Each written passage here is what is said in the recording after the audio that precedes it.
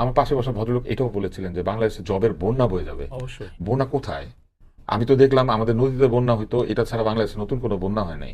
বাংলাদেশে একজন ছিলেন রেজওয়ানা চৌধুরীর বন্যা, আরেকজন হচ্ছেন আমাদের নদীতে বন্যা, আরেকজন হচ্ছে জবের বন্যা। আমার পাশে বসে আছেন, লাখ লাখ জবের বন্যা বয়ে যাবে।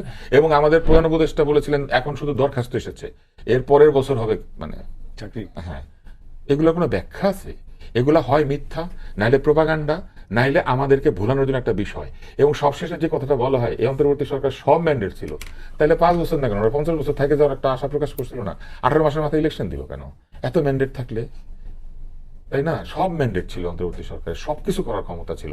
সবকিছু করার ক্ষমতা যদি অন্তর্বর্তী সরকারের থাকে, তাহলে যে রাষ্ট্রপতিকে ওনারা অপমান করেছে, রাষ্ট্রপতিকে দোষর বলেছে, রাষ্ট্রপতি চাকরি খেয়ে ফেলতে চেয়েছে, এনসিপি দিয়ে রাষ্ট্রপতিকে ঘেরাও করেছে, তখন এনসিপি ছিল কিনা আমি জানি না, মানে ওই নেতারা ঘেরাও করেছিল, সেই রাষ্ট্রপতির অধ্যাদেশ জারি করে গণভোট করেছে, তাহলে রাষ্ট্রপতিকে তো দরকার ছিল না? এই সরকারের না সকল ম্যান্ডেট ছিল, তাহলে স্বৈরাচারের এটা দোষ। তো constitutional mechanism. Wow, constitutional mechanism কি এখন ওনারা যুক্তি? কনস্টিটিউশন এইবার আসে, এই গভর্নমেন্টকে এভরি রাইট দিয়েছে, এভরি ম্যান্ডেট দিয়েছে। আমি একটা জোকস পড়ছিলাম, সেই জোকসের মধ্যে একটা জায়গা ছিল, কেউ বলেছে ওয়াও আর কি, তার একজন বলছে এটা ওয়াও না, এটা আরবিতে লিখছে, এটা আলিফ।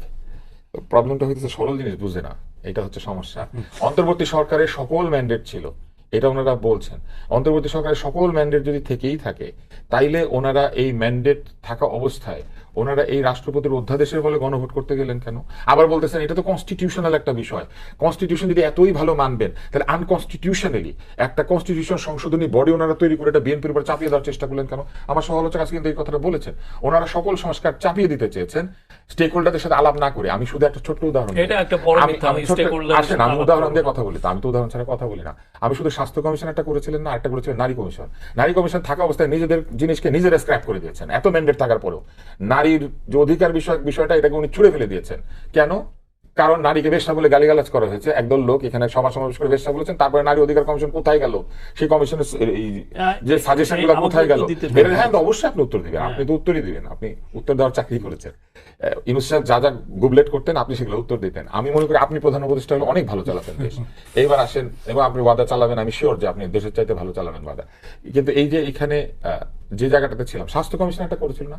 স্বাস্থ্য কমিশন একটা কথা আছে যে ওই মানে কিছু কিছু প্রাণী আছে যে সে নিজের নিজেই খায়। স্বাস্থ্য কমিশনের একটা সাজেশন আছে, সেই সাজেশনটা কি জানেন? ডাক্তারদের রাজনৈতিক সংগঠন করা ঠিক না, এবং রাজনৈতিক সংগঠনগুলি ডাক্তারদের জন্য ক্ষতিকর। কিন্তু এই আলোচনাটা ওনারা যখন করেন, দেশে অরাজনৈতিক ডাক্তারদের প্রতিষ্ঠান আছে, তাদের কারোর সাথে বসে নাই, বসছে 3টা রাজনৈতিক প্রতিষ্ঠানের সাথে। এগুলো হচ্ছে ওনাদের কমিশনগুলোর চরিত্র, যে চরিত্রের কারণ ওনাদের কমিশনগুলো মানুষের কাছে গ্রহণযোগ্য হয় নাই। ওনারা এখন কনস্টিটিউশনের কথা বলেন, ওনাদের কনস্টিটিউশনাল রিফর্ম কমিশনের যিনি সহ অধিনায়ক এই আলী রিয়াজ একসময় আমাদের সঙ্গে বিতর্ক করতেন, আর তখন ভাবতাম উনি ভালো বিতর্ক করে, ওনার যে এইরকম অবস্থা এটা আমরা তখন বুঝি নাই। আলী রিয়াজ সাহেব এই কনস্টিটিউশন বলতেন না, বলতেন সাদা বই, উনি অস্বীকার করুক। এখন কনস্টিটিউশনাল বিষয় ওনারা বলেন এটা তো কনস্টিটিউশনাল হতো না, এটা তো কনস্টিটিউশনাল লেগেসি বজায় রাখার জন্য করা হয়েছে, এটা তো কনস্টিটিউশনাল একটা অবস্থা। এগুলো এখন মনে পড়ে, এখন মনে পড়ে যে 3 দিন এই সরকার ক্ষমতায় ছিল না, তখন থানা অ্যাটাক হয়েছে, কিন্তু সেইটা ওনাদের সরকারের দায় না, তারপর ওনারা ইন্ডেমনিটি দিয়েছেন। তাহলে কার দায়? অবশ্যই কার দায়? কে অ্যাটাক করেছিল? তো ওনারা অ্যাটাকের দায় নিবে না, কিন্তু ইন্ডেমনিটির দায় নিবে কেন বলেন তো? অপরাধ যে করে সেই তো ইন্ডেমনিটি খুঁজে। সালাউদ্দিন রায়হান, সেটা হচ্ছে যে এই যে অন্তর্বর্তী সরকারের সময় আমরা অনেকগুলো মব দেখছি, এবং হুটহাট করে বিভিন্ন অফিসে যেয়ে তারা নানা রকম অধিকার আদায় করার জন্য গিয়েছে, কিংবা একে মনে হচ্ছে তাদের পছন্দ না। এই বিষয়গুলো তো আমরা প্রায় বছর জুড়েই দেখছি। এইগুলোর ব্যাপারে আপনার ওই সময়ের ইন্টারিম গভর্নমেন্টের যে তথ্য উপদেষ্টা ছিল কিংবা প্রধান উপদেষ্টা ছিল, কালচারাল উপদেষ্টা, তাদের ভূমিকাকে আপনি কিভাবে দেখছেন? না, তখন তো আসলে আমি প্রথমে যে সেশনে বললাম যে আসলে তখন একটা অস্থির অবস্থা ছিল। আসলে 11 জন বা 15 জনের মাধ্যমে এই পুরো জিনিসটা আপনার ট্যাকেল করাটা পারফেক্ট ছিল না। এখন সমস্যা হয়েছে কি যে আপনার যে মবগুলা হয়েছিল, তো সেখানকার কিন্তু ওই আপনি মনে করেন সরাসরি সমন্বয়করা ছিল না, বা ছাত্র যারা আন্দোলন করেছে তাদের মধ্যে এক গ্রুপ ছিল। আপনার শাহবাগে বিভিন্ন সময় শিক্ষকরা এসে দাঁড়িয়েছে, বিভিন্ন সময় যমুনার সামনে দাঁড়িয়েছে, তারপরে বিভিন্ন অফিসে, যেটা আপনি বললেন শফিক ভাই কিন্তু তখন বলছিল যে যারা এই যে মবের বিরুদ্ধে কথা বলছে তারা স্বৈরাচারের দোষর। হ্যাঁ, মবের না, না, বিরুদ্ধে মবের বিরুদ্ধে মব এখন এখন হ্যাঁ, জিনিসটা হ্যাঁ, হলো, হ্যাঁ, আমি একটু- আমি হ্যাঁ, একটু- বলেন, না, না, না, বলেন, আমি- বলেছিল pressure না, না, আমি বলি কি বলেন? এখানে একটা বিষয় আছে। আপনি যেমন ধরেন অনেক রসিকতা করেছেন। বুঝতে হয়, আমি একটু বলি সেটা হচ্ছে যে এখন ধরেন কেউ হয়তো কিছুটা ন্যায্য মানে তারা দীর্ঘদিন বঞ্চিত ছিল, তারা তাদের ন্যায্যতা নিয়ে এখন কি বলবে এতদিন বলতে পারে নাই, তারা দাঁড়াইছে শাহবাগে। আরেকটা হচ্ছিল যে আপনার ওই আন্দোলনটার মধ্যে ভিতরে ভিতরে আপনার হয়তো ইনফিলট্রেশন হয়েছে বিভিন্ন ধরনের গ্রুপে, যা ঠিক আছে, যেমন আনসারের কথাটা বলা হলো, ওই দিন তো সচিবালয় প্লাস ভেঙেই ফেলে অবস্থা। তারপর সচিবালয় একবার আগুন লাগছিল, আপনার মনে আছে? সচিবালয় কিন্তু একবার আগুন লাগছিল, কিন্তু ওই আগুনটা পরে ফাইন্ড আউট হয়েছিল কিনা আমার মনে নাই, কিন্তু কিভাবে আগুন হইলো বা কিভাবে আপনার এই যে ইগুলা শফিক ভাই, পুড়ে গেল। আমার কাছে তথ্য আছে, প্রথম আলো 7 নভেম্বর 2025, যারা মব ভায়োলেন্স ভয় পান বা এসব নিয়ে কথা বলেন তাদের ভেতর দুর্বল আছে, তারা স্বৈরাচারের দোষর। আপনি এটা বলেছেন ওনারা কি বলছেন? প্রথম আলো পত্রিকা এটা কি কোথায় থেকে উনি আমাকে আচ্ছা। কোট আনকোট লেখা দেখেন না, আচ্ছা, কোট আনকোট নাকি সে প্যারাফ্রেজ করে দিয়েছে? এটা বললেই হলো নাকি? এটা আপনি দেখেন উনি কি আজ কোট শুক্রবার আনকোট? সকালে নেত্রকোনা সার্কিট হাউস মিলনায়তনে সাংবাদিকদের সঙ্গে মত বিনিময় সভায় তিনি এই কথা বলেন। হ্যাঁ, এটা তাহলে আপনি কিভাবে আপনি বলতেছেন যে মবকে ভয় পান, তাহলে এটা হচ্ছে স্বৈরাচারের দোষ? মব যে pressure group, আমি তো বলছিলাম। না, আমি অবশ্যই বলছি। আচ্ছা, শেষ করেন আপনি। শুনেন, এটা আমি বলি। আমি- আমি এটা আপনাকে বলি। আপনাকে না, এটা- দেবো। এটার উত্তর আছে, আমি উত্তরগুলো দিয়ে নেই। না, আমি ওনার কাছে শেষ করে আপনার কাছে আচ্ছা, আসবো। আমি শেষ করে দিচ্ছি। হ্যাঁ। হচ্ছে যে মব একটা জিনিস, আরেকটা হচ্ছে যে আপনার মব ছিল যে আপনার মানে প্রেশার গ্রুপ আর মব, মানে মব একটা হচ্ছে যে আমার নিজস্ব যেই মানে আমার যে অপ্রাপ্তিটা ছিল, সেই অপ্রাপ্তিটা আমার ন্যায্যতার ভিত্তিতে আমি আদায় করে নেওয়া, যেটা শিক্ষকরা করছে। আমি তো বললাম, আপনি তখনকার দিনে যে আপনার ডিক্লারেশন গুলো আছে আপনি দেখবেন যে শিক্ষকরা করেছে, ইভেন নার্সরা তার মানে কি করেছে, জোর যার মুল্লুক তার? নার্সরা করেছে। না না, তখন তো আসলে 17 বছর এই আপনার জিনিসটা- অধিকারটাকে ঠিক করতেছে কি? আপনি নিজে ঠিক করবেন? না না, ওইটা তো মব ছিল না। মব কোনটা ছিল? যে আপনার মনে করেন যে কিছু কিছু ছাত্র, আমি মবের কথা বলছি, আমি আন্দোলনের কথা বলছি। কিছু কিছু ছাত্র তো করেছে বিভিন্ন জায়গায়, যে আমরা তো এরকম দেখেছি যে আপনার সচিবালয় ছায়ানটে কারা হামলা করছে? কাজের আপনার প্রথম আলো অফিসে কারা কিসের জন্য হামলা রাইট করছে? রাইট, প্রথম আলো অফিসে, ডেইলি স্টারে, হ্যাঁ, এগুলা তো পুড়িয়ে দেওয়া হয়েছে, তাই না? এগুলো তো আসলে পরবর্তীতে ফাইন্ড আউট করা হয়নি। ঠিক আছে, এটা তো অবশ্যই আপনার মব এবং মবকে প্রেশার গ্রুপ উনি না বললেও এটা কোনো না কোনো ভাবে এসেছে। এই যে কিছুদিন আগে না, একটা, না, আমি প্রেশার গ্রুপের কি যে স্টেটমেন্ট, এটা আমি বলবো। আচ্ছা আচ্ছা, ঠিক আছে, আপনি না বলে অন্য কেউ হয়তো এই জিনিসটা একটু বলেছে। সংক্ষেপ করেন, সালাউদ্দিন ভাই। হ্যাঁ, এটা বলেছে আপনার যে মব হচ্ছে প্রেশার গ্রুপ, এবং এই প্রেশার গ্রুপের ফলে এটা যেহেতু অন্যদের রাজনৈতিক সংগঠন আছে, অন্যদের ছাত্র সংগঠন আছে, যুব সংগঠন আছে, আমাদের তো ইন্টারমিডিয়েট কিছু নাই। মবটাই হচ্ছে আমাদের আপনার একটা সংগঠন। মব সংগঠন। হ্যাঁ, মব হচ্ছে আমাদের একটা সংগঠন, এটাও কিন্তু বলা হয়েছে, তাই না? আচ্ছা আচ্ছা, এই শফিক ভাই, আপনার সময় 5 মিনিট, আমাদের হাতে সময় খুব কম আছে এখন। না, বলেন। এই যে যেগুলো বলা হয়েছে, প্রথম কথা হচ্ছে যে মবের যে বিষয়টা এসছে, আপনার পোস্ট রেভুলেশন, একটা রেভুলেশন হয়েছে, পোস্ট রেভুলেশন একটা ক্যাওটিক সিচুয়েশন হয়, কিন্তু আপনার সত্যিকার অর্থে ইন্টারিম গভর্নমেন্টের ক্রেডিট হচ্ছে দেশকে পিস অ্যান্ড স্ট্যাবিলিটিতে ফিরে আনা, এবং এটা ওনারা খুব ভালোভাবে করেছেন। আমি বলবো যে আপনি ইনসিডেন্ট দেখেন, কয়টা ইনসিডেন্ট। আর একটা হচ্ছে যে স্বৈরাচারের দোসর কিছু পত্রিকা সব সময় চেয়েছে যে এই মবের বিষয়গুলো ইয়ে করতে। আমরা অস্বীকার করছি না প্রথম আলো ডেইলি স্টারে অ্যাটাক হয়নি, কিন্তু আপনি 5ই অগাস্ট এই টিভিতেও তো অ্যাটাক করে পুড়িয়ে দিয়েছে, 71-এ দিয়েছে না? তাই এমন ভাবে দেখাচ্ছেন যে আইসোলেটেড একটা ইনসিডেন্ট হয়েছে, তা তো না। আরেকটা হচ্ছে যে আপনি বলছেন যে জবের বন্যা, আমরা বলেছি যে যেই ধরনের রিফর্ম করা হচ্ছে তাতে জবের বন্যা হবে। আপনি তো রিফর্মটা তো ইমপ্লিমেন্ট করবেন, আপনি রিফর্মই ইমপ্লিমেন্ট করতেছেন না, তাহলে জবের বন্যা আসবে কিভাবে? আপনার চিরাং পোর্টকে আমরা পুরোপুরি ওয়ার্ল্ডের টপ প্রাইভেট অপারেটরের কাছে দিতে চেয়েছি, সবাই এটাকে করেছে, প্রোটেস্ট করেছে। পুরো পৃথিবীতে এমন কোনো দেশ নাই বড় যারা সামুদ্রিক, যারা সি ট্রেড করে, তাদের সবার অনেকগুলো পোর্ট আছে যারা বিদেশিদের বড় বড় কোম্পানির কাছে দিচ্ছে, কিন্তু আমাদের এখানে আসলে আপনার না, দেশের সার্বভৌমত্ব থাকবে না আপনার। এইটা এখন এনারা আমাদের ফলে দেখেন, আমরা ডিপি ওয়ার্ল্ডের কাছে দিতে নিয়েছিলাম, ওনারা এটা বাধা দিয়েছেন। তো আমরা যে রিফর্মগুলো করতে চেয়েছি এটা তো হয় নাই। তো আপনি জবের বন্যা হবে তখনই যখন আপনি রিফর্মগুলো করবেন। হ্যাঁ, আরেকটা হচ্ছে যে এই গভর্নমেন্ট যেইভাবে ইকোনমিক ড্যামেজগুলোকে কন্ট্রোল করেছে, এবং যেইভাবে ইকোনমিকে আপনি এসে যেই ইকোনমি পেয়েছেন, অনেক বেটার ইকোনমি। আমরা যা পেয়েছিলাম, আপনি ইন্টারন্যাশনাল ট্রেড কেউ করতে চেত না। আপনি আহসান মনসুরের দেখেন, কিন্তু আজকে তো আমরা মির্জা ফখরুলের কাছে শুনলাম যে ওটা ধ্বংসস্তূপ মতো একটা ইকোনমিক পে। আমরা 18 বিলিয়ন, আমরা 18 বিলিয়ন ডলারের ছিলাম, আমরা 35 বিলিয়ন ডলারে দিয়ে গেছি। এটা বাংলাদেশ ব্যাংকের তথ্য, এখানে একটা ফাঁকি ঝুঁকি নাই। কেউ যদি বলে যে এখানে ফাঁকি ঝুঁকি আছে, এটা একটা ড্যাম লাই। তাহলে এই সরকার ভঙ্গুর অর্থনীতির কথা বলে কেন? এটা উনি ওনার মতো কি বলছেন, আমি এটা দেখবো না। আর একটা হচ্ছে যে আমি অবশ্যই ফরেন মিনিস্ট্রি যে স্টেটমেন্টটি দিচ্ছি। আরেকটা হচ্ছে যে উনি বলছেন যে ইম্পোজ করে দেওয়া হয়েছে। কেউ কাউকে ইম্পোজ করে নাই। বাংলাদেশের ইতিহাসে সবচেয়ে দীর্ঘ একটা ডায়ালগ হয়েছে ন্যাশনাল কনসেনসাস কমিশনের পলিটিক্যাল পার্টিগুলোর মধ্যে। এইরকম ডায়ালগ বাংলাদেশে আর কবে হয়েছে আপনি আমাকে বলেন? বাংলাদেশ যখন কনস্টিটিউশন ড্রাফট করে কয়টা ডায়ালগ হয়েছে? কিন্তু সেই ডায়লগের রেজাল্ট আমরা পাচ্ছি না। ডায়ালগের রেজাল্ট আপনি তো সেই অনুযায়ী তো আপনার 133টা আপনার ল হয়েছে 500 দিনে। এখন আপনি যদি সবগুলো ল ইমপ্লিমেন্ট করেন, that's a different thing. And BNP তারা 2/3 মেজরিটি পেয়েছে, তারা তাদের মতো করে তাদের ওই পুরো ল গুলোকে সেভাবে ব্যাখ্যা করছে। তো এই সেটা কথাটা তো বলছেন না সালাউদ্দিন সাহেব, যে যদি সবকিছুই আমার মানতে হয় তাহলে ঐকমত্য কমিশনের কি প্রয়োজন? না বাট এটা আমার লেখা আছে, ডায়ালগ তো হয়েছে নাকি? হ্যাঁ ডায়লগ হয়েছে তো, তাহলে অবশ্যই হয়েছে। এর চেয়ে লংগেস্ট ডায়ালগ, হ্যাঁ, but ডায়ালগ গুলো সব আপনার টিভিতে 3 ধাপে হয়েছে। হ্যাঁ, তাহলে এটা এখন আপনি যদি বলেন যে সব ইম্পোজ হয়েছে, তুষার ভাই, সব না, আমার হাতে সবগুলো সময় নেই, আপনি 2-3 মিনিটে যদি আমাকে একটু বলেন যে এই যে শেখ হাসিনা ভাষণ দিল, এরপরে সরকার একটা স্টেটমেন্ট দিল, আরেকটা হচ্ছে যে মব বা আজকে আপনার স্বরাষ্ট্রমন্ত্রী বলেছে যে হাসিনাকে যদি তারা না সামলায় তাহলে তাদের সাথে সম্পর্কটা আমাদের স্বাভাবিক রাখাটা কঠিন হবে। মানে আপনার সেটা তো সরকারের অবস্থান, সেই অবস্থান তো আমি মনে করি যে সরকার সেটা বলবে, কারণ সরকার তার যে রাজনীতি, সেই রাজনীতিকেই তো সে প্রতিষ্ঠিত করবে। এখানে আমি কোনো ভুল ত্রুটি দেখি না। এই একই জায়গাতে যদি একসময় তারেক রহমান যখন বক্তৃতা দিতেন তখন তো লন্ডনে, তখন আওয়ামী লীগ একই ধরনের কথাবার্তা বলতো, তারাও তার উপরে কোর্ট থেকে নিষেধাজ্ঞা এনেছিল, তাকে আটকে ছিল। আমি মনে করি রাজনৈতিক ভাবে এই বক্তব্য সঠিক আছে। আপনি জানি কি একটা বলছিলেন মব নিয়ে, ওটা কি বলবেন? না, আপনি বলেন, অসুবিধা নেই। শুধু আমি $35 বিলিয়ন কাহিনীটা বলি। শেখ হাসিনার সময় একটা নতুন পদ্ধতি চালু করলো বাংলাদেশ ব্যাংক। বাংলাদেশ ব্যাংক তো লুটপাটের সহযোগী ছিল। এখন যেমন ডিজিএফআই এর অনেক কিছু নিয়ে দেখি যে প্রচুর সমালোচনা হচ্ছে। কেউ লিখছে না যে বাংলাদেশ ব্যাংক বাংলাদেশ লুট করার ক্ষেত্রে যথেষ্ট সহায়তা করেছে। সেই সময় বাংলাদেশ ব্যাংকের কর্মকর্তা কয়েকদিন আগে 3 বছরের কারাদণ্ড পেয়েছেন, যেটা খুব হাস্যকর। উনি 1 বছরের মধ্যে খেটেই ফেলেছেন, কারণ উনি আটক ছিলেন। মানে উনি 2 বছর পর বের হয়েছে, উনি চুরির টাকাগুলি মহোৎসবে উনি করবেন, উপভোগ করবেন।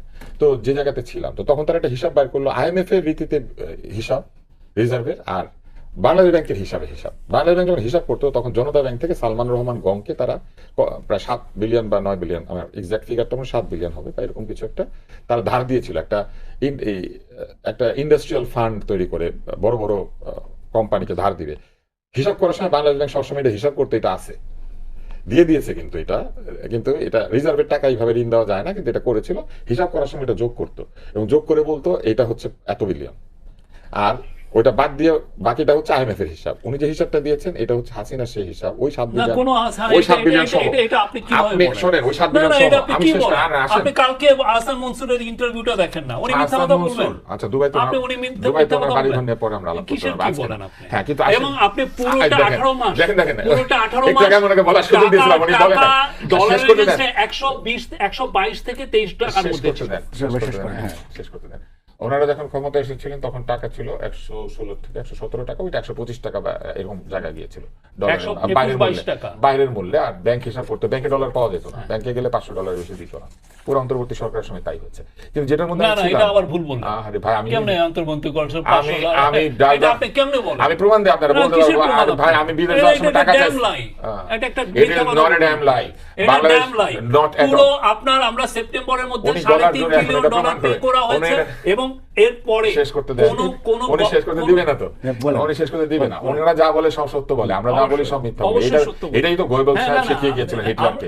আসেন, অন টিভি বলছি, আপনি অন টিভি অনেক কথা বলেছেন ভাই, ওগুলা নিয়ে একটু আগে প্রশ্ন হয়েছে, আপনি সংবাদপত্রের ছাপা বক্তব্যকে অস্বীকার করেছেন। না এটা উনি কিভাবে লেখেন? আসেন না, উনি কিভাবে লেখে, এইজন্য প্রথমে আগুন ধরে দিয়েছে, আপনারা কেউ জানেন নাই তো? উপদেষ্টাদেরকে ফোন করেছে, আপনারা জানেন তো? পুলিশ যায় নাই না, পুলিশ যায় না, ওরা উপদেষ্টারাও যায় না, যে উপদেষ্টারা কলাম লিখে তারাও যায় না, গিয়েছিল নুরুল কবির।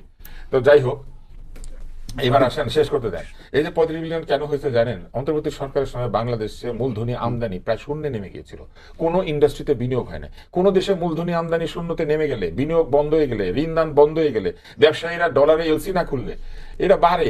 রিজার্ভ বাড়া অর্থনীতির সুস্থতার সূচক না, এটা অর্থনীতি পড়তে হয় না ভাই। আমাদেরকে ওই অর্থনীতির যে ইকোনমিক্সের প্রথম বিনিয়োগ সম্মেলন করেছিল, 9% এক্সপোর্ট গ্রোথ হয়েছে, পুরো 18 মাসে এফডিআই বেড়েছে। আপনি স্ট্যাটিস্টিক্স কম্পেয়ার টু 2024, বিকজ ওই বছরে 3 মাস আন্দোলনের কারণে সবকিছু স্থবির হয়ে গেছিল। ওনাদের সময় বাংলাদেশে একাধিক শিল্প কারখানা আগুন দেওয়া হয়েছে, শিল্পপতিদেরকে জেলখানায় ভরা হয়েছে, সেটা না বাদ দিলাম, ওনারা দোষর ছিল। কিন্তু ওনাদের সময় ওনাদের প্রধান উপদেষ্টা বাংলাদেশের কোন বাণিজ্য সংগঠনের সঙ্গে একটা বৈঠক করে নাই, বড় বড় কথা খালি বললে হবে না, অনেক এগুলা কম এটা businessman ডেটা দের ডেটা বলা দিয়ে হয়েছে। বলছি আমি। Even এই যে এবং US শুধু এর তাই সাথে না, agreement এর আগে এই ওদের সাথে ঘুরে কথা ফিরে হয়েছে। ঘুরে ফিরে হুজুরের সাথে এগ্রিমেন্টের বিষয়টা আসে। আমি শেষ করি। এবং এই মূলধনী যন্ত্রপাতি আমদানি না থাকার কারণে, কৃচ্ছ্রতা সাধনের পলিসি নেওয়ার কারণে, বাংলাদেশের বিনিয়োগ এবং বৈদেশিক মুদ্রা বিনিয়োগ বন্ধ হয়ে যাওয়ার কারণে, বাংলাদেশের ব্যবসায়ীদের এলসি কমে যাওয়ার কারণে, আপনি স্ট্যাটিস্টিক্স আমদানি গুলো সামনে দেন প্লিজ। শোনেন, স্ট্যাটিস্টিক্স আমদানি এলসি এগুলো সুইপিং রিমার্ক আচ্ছা, করতেছেন। স্যার, এইগুলো statistics আপনি প্রমাণ না করেন। না এটা আমার আচ্ছা, শেষ করতে দেন। শেষ করেন। এইগুলা প্রমাণ বাংলাদেশ ব্যাংকে আছে, আপনি গিয়ে খোঁজ নিলেই পাবেন। বাংলাদেশ ব্যাংকে যান যে সব ভাই, শেষ এবার শেষ করি। হ্যাঁ। শেষ করি। এই কারণে বাংলাদেশে $35 বিলিয়ন রিজার্ভ হয়েছে। আওয়ামী লীগের আমলে এটা 48 বিলিয়নও পৌঁছেছিল।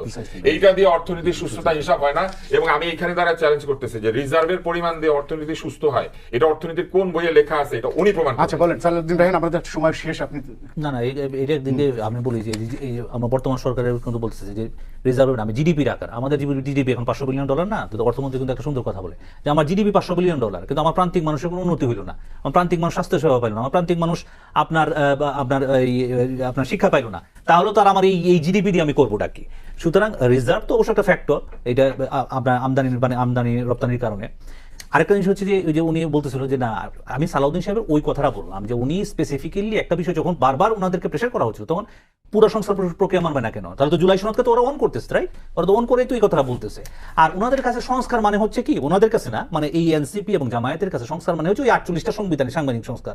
আমার স্বাস্থ্য, আমার শিক্ষা, আমার যে এই যে প্রান্তিক মানুষের উন্নয়ন, হ্যাঁ প্রান্তিক জন, আজকে যে দেখেন উপজেলা স্বাস্থ্য কমপ্লেক্স যে আপনার 50 শয্যা থেকে 101 শয্যা হচ্ছে, এটা কি সংস্কার না আপনার? তারপরে আপনার এই যে আমার যে শিক্ষা ব্যবস্থাতে যে আমার যে এই যে প্রান্তিক মানুষ, প্রান্তিক জনগোষ্ঠী একদম ইউনিয়ন লেভেলের স্টুডেন্ট যে আপনার ওয়ান টিচার ওয়ান ট্যাব পাবে, তার মাধ্যমে শিক্ষার উন্নতি হবে, এটা কি সংস্কার না? এখন অনেকে বলতে পারে যে এটা তো ভাই এই আপনার regular process. Why it is regular process? তাহলে 54 বছর হয় নাই কেন? এখন কিভাবে হচ্ছে আপনার এই 50 শয্যা থেকে আপনার 100 শয্যা? এখন কিভাবে হচ্ছে ইউনিয়নে আপনার এই যে আমাদের যে খাবার নষ্ট হয়ে যায় কৃষকদের, এই যে এখন যে সরকার সিদ্ধান্ত নিল যে কৃষকদের জন্য আপনার ওরা করবে, আপনার এই যে হিমাগার করবে প্রত্যেকটা ইউনিয়নে, এতদিন হইল না কেন? তো এটা কি সংস্কার না? সংস্কার কি শুধু সাংবিধানিক সংস্কার? এই সাংবিধানিক সংস্কারের কথা বলে বলে শুধুমাত্র সাংবিধানিক, এই যে দেখেন দেশে একটা কেওস করার সৃষ্টি করতেছে এখন জামায়াত আর এনসিপি। এটা হচ্ছে একটা খুব বড় ধরনের খারাপ রাজনীতি এখানে। আপনার আমি আরেকটা জিনিস বলি, এই যে আজকে মির্জা ফখরুল ইসলাম আলমগীর গতকালকে কথাটা বলছেন যে দেখেন এই সরকারের 5 মাস এখন সরকারের হুমকি দুমকি দেওয়া শুরু করছে, তাই না? 1991 সালে যখন মানে সবাইকে একদম হতচকিত করে সাফল্য ব্যর্থতাকে নিরূপণ করা যায়, নিরূপণ করা যায় না, তো আমি বলছি উনি এই কথাই বলছিলেন যে 1991 সালে সবাইকে হতচকিত করে যখন ওই বাইরে যখন তরুণ, তখন যখন বেগম খালেদা জিয়া সরকার আসলো তখন কিন্তু শেখ হাসিনা একটা কথা, আমরা এই একদিনও শান্তিতে থাকতে দিব না, একই ল্যাঙ্গুয়েজে কথা বলে জামাতে এনসিপি। তাহলে আপনার মানে এটা হবে কিভাবে? আপনি সংবিধান সংশোধন কমিটিকে হাতে পায়ে ধরতেছে, ভাই আসেন আইসা আপনার কি বলার আছে আপনার প্রত্যেকটা কথা বলেন, আপনার প্রত্যেকটা কথা বলেন নিয়ে আমরা আলোচনা করি। আপনি দেখেন যে আলোচনার মাধ্যমে ফলপ্রসূ কোনো কিছু আসে না। আপনার যদি মন না চায় আপনি তো ওয়ার্কআউট করতে পারবেন, চলে আসতে পারবেন, আপনার তো কেউ দড়িতে বাইন্ধে রাখবেন, রাইট? সুতরাং মানে একটা কেওস সৃষ্টি করা হচ্ছে এখন মূল উদ্দেশ্য এই জামায়াতের, বিশেষ করে আর কি ওদের জামায়াতের এনসিপি।